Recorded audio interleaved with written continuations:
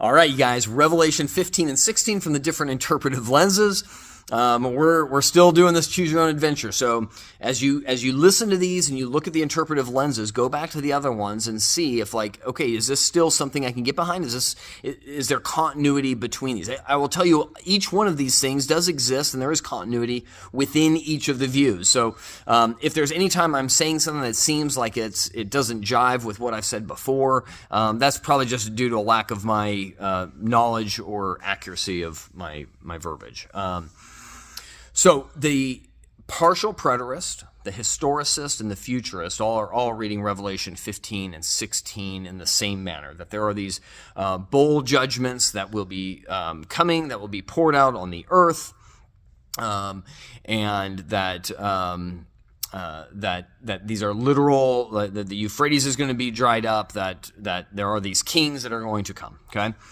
There may be a little bit, there is some differing of opinions with regards to whether Revelation chapter 14 is actually the harvest of the righteous. Like, are the saints actually pulled out before those bowl plagues, or are they in the midst of them? So there is some discrepancy on that. But your interpretive lens doesn't necessarily define that. People just vary on when they think that rapture happens.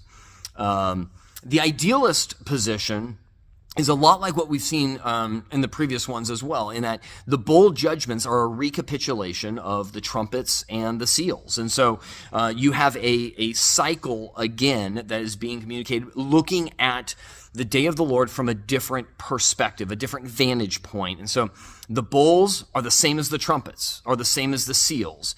And these are just different views of what is happening. There's obviously some discrepancies between what the fifth bowl is and the fifth trumpet and the fifth seal. And they usually have some sort of background or way to explain the differences.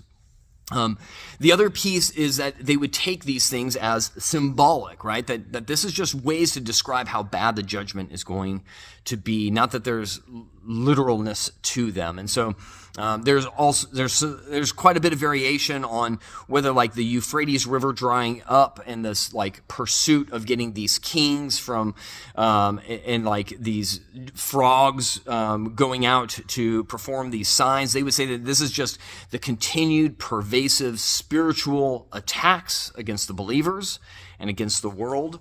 And they would leave it as good versus evil, and that good is going to triumph, that God is going to triumph, and that this is all just kind of different ways to describe the end times. That's Revelation 15 and 16.